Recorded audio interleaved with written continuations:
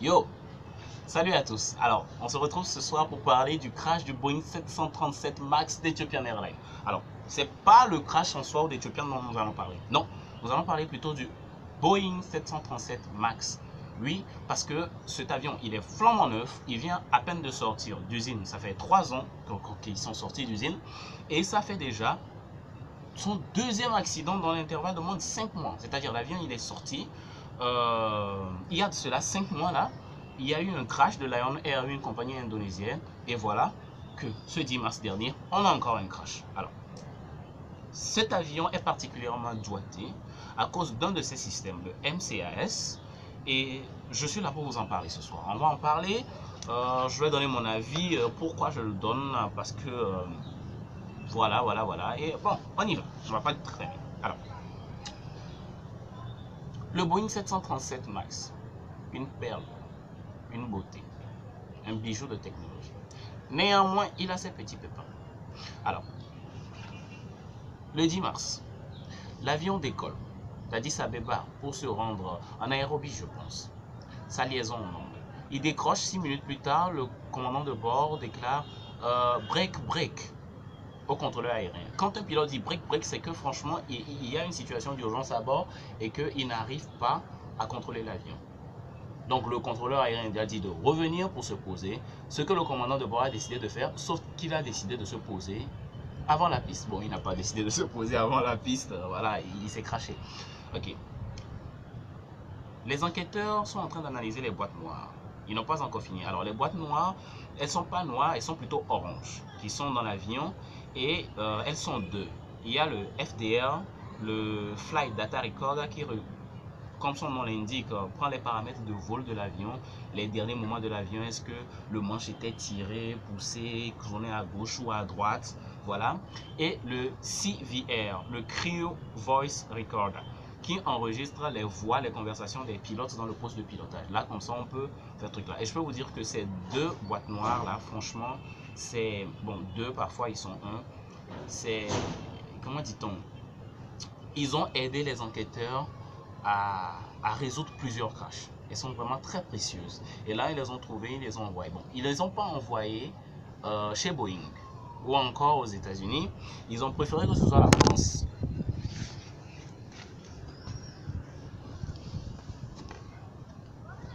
Sorry, hein, un petit coup de vent, voilà. Je devrais rapidement m'acheter un stabilisateur.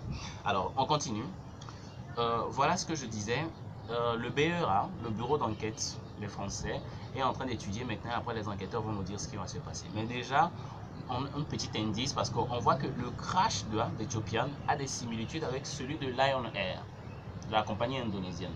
Et là-bas, ce qu'on avait déterminé, c'était que c'était le MCAS qui était le Maneuvering Characteristic System, Augmentation System. Voilà.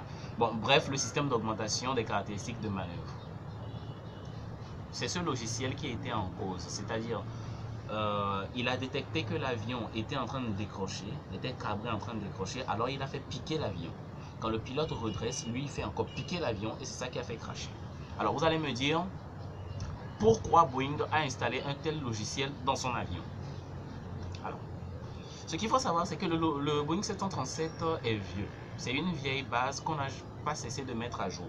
En jour, encore, un peu comme Windows. Alors, sa dernière mise à jour est le 737 MAX. Le problème est que Boeing voulant couvrir plus de distance et économiser, installer de nouveaux moteurs.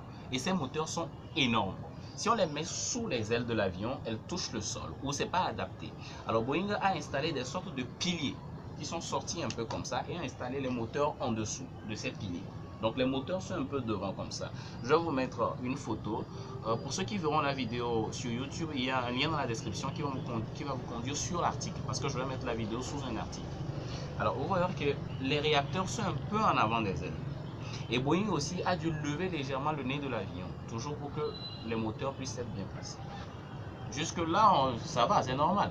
Sauf que, quand maintenant vous êtes en l'air en train de voler et qu'il vous arrive, c'est très rare, hein, que d'ailleurs même dans une exploitation normale, on ne met jamais un avion dans ces conditions.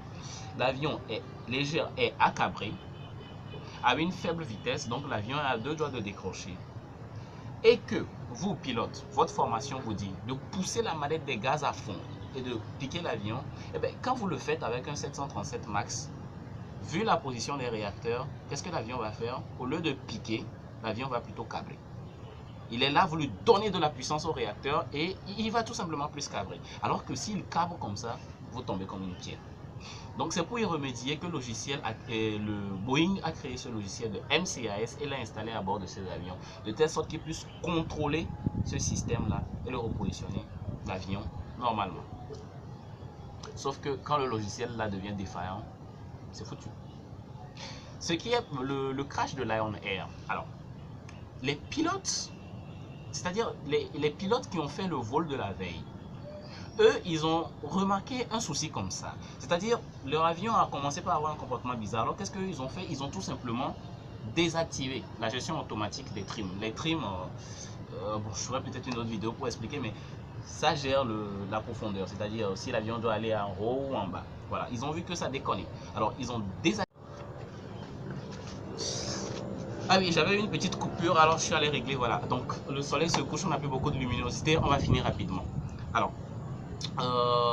comme je disais, le gars de Lion Air, ils ont désactivé leur truc et puis voilà. Sauf que ils n'ont pas, à leur arrivée à destination, ils n'ont pas déclaré ça, ils n'ont pas annoncé, ils n'ont pas alarmé pour dire « Ah, il y avait eu un problème, faites attention ».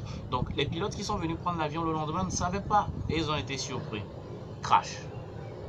Et voilà. L'autre chose aussi à savoir, c'est que les pilotes ne sont même pas au courant du MCAS. Vous vous en rendez compte? Boeing dit qu'il n'a pas envie de saturer la tête des pilotes avec trop de données. Alors, ils n'ont même pas mis le MCAS dans le manuel des pilotes. Donc, le gars, il est là, l'avion commence par piquer. Il ne sait même pas que c'est comme ça. Il y a un logiciel qui est en train de déconner. Alors, c'est ça qui... J'aime beaucoup l'aviation. De ouf. Mais c'est ça aussi qui m'énerve un peu. C'est-à-dire, les constructeurs sont... C'est comme des entreprises normaux aussi. Hein. Ils ont des problèmes économiques aussi. Ils ont des quotas économiques qu'ils veulent atteindre. Ils sont à côté tirés entre eux, c'est-à-dire le commercial, quoi. Et moi qui travaille aujourd'hui dans une entreprise, je sais un peu comment les ingénieurs doivent jongler avec les ordres des commerciaux. C'est comme ça. Il faut à chaque fois prendre en compte la sécurité et le côté économique. Et parfois, on penche trop au côté économique.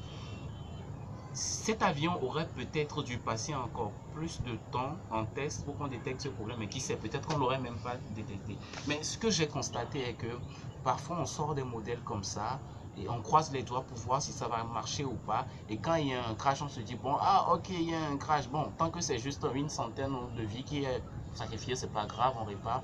Mais bon, là, ce n'est que mon avis. Bref, voilà un peu ce que j'en sais, ce qui s'est passé avec le MCAS, tout ça. On va maintenant attendre le retour des enquêteurs sur les boîtes noires et on sera exactement fixé. Je vous ferai peut-être une autre vidéo ou un article en conséquence. Alors, peace, portez-vous bien et n'oubliez pas de liker la vidéo.